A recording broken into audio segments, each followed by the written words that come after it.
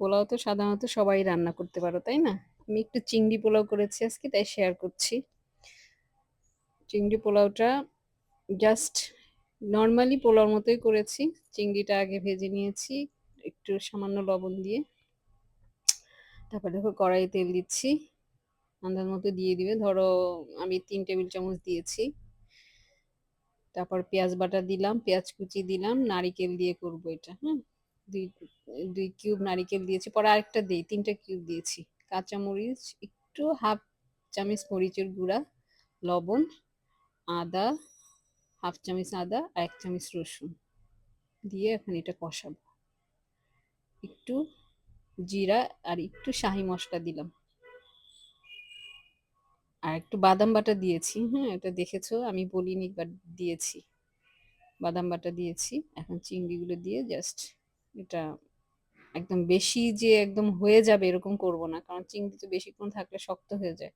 এখন পোলাওটা বসাচ্ছি। দেখো একটু আদা দিলাম, আর গরম মশলা দিয়েছি, এলাচি, দারচিনি, তেজপাতা, পেঁয়াজ কুচি দিয়েছি, বাদাম বাটা দিলাম, রসুন দিয়েছি একটু, হাফ চামচ, আর পাউডার দুধ দিয়ে দিচ্ছি, 3 থেকে 4 চামচ দিব।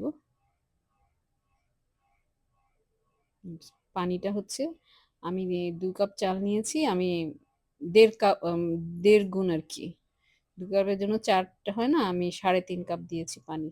2 চামচ ঘি দিয়ে দিলাম, লবণ পরিমাণ দিয়েছি 1 চামচ। চালটা দিয়ে দিলাম, পানিটা বলক আসার পর চালটা দিয়ে দিয়েছি। এখন দেখো ডিমটা আবার একটু ভেজে নিলাম। ডিমটা ভেজে আমি এটার সাথে দিব, তো তাই এখন দেখো চালটা যখন হাফ ডান হয়ে গেছে, ডিমটা দিয়ে ঢেকে দিচ্ছি, মানে ভাপে চালটা হয়ে যাবে। ডিমটা দিয়ে দেওয়ার পরে একটু ঘি ছিটিয়ে দিচ্ছি, জানি ফ্লেভারটা একটু শাহি শাহি আসে। তো এটাকেও আমি একটু ঢেকে দিব, জাস্ট 20 মিনিট পরে আবার আসছি। এই যে দেখো 20 মিনিট পরে হয়ে গেল আমার চিংড়ি পোলাও। ডিমটা দিয়েছি, জাস্ট দেখতেও ভালো লাগবে, সাথে খেতেও ভালো লাগবে। ট্রাই করে দেখো আর আমাকে জানাবে কেমন হয়েছে খেতে।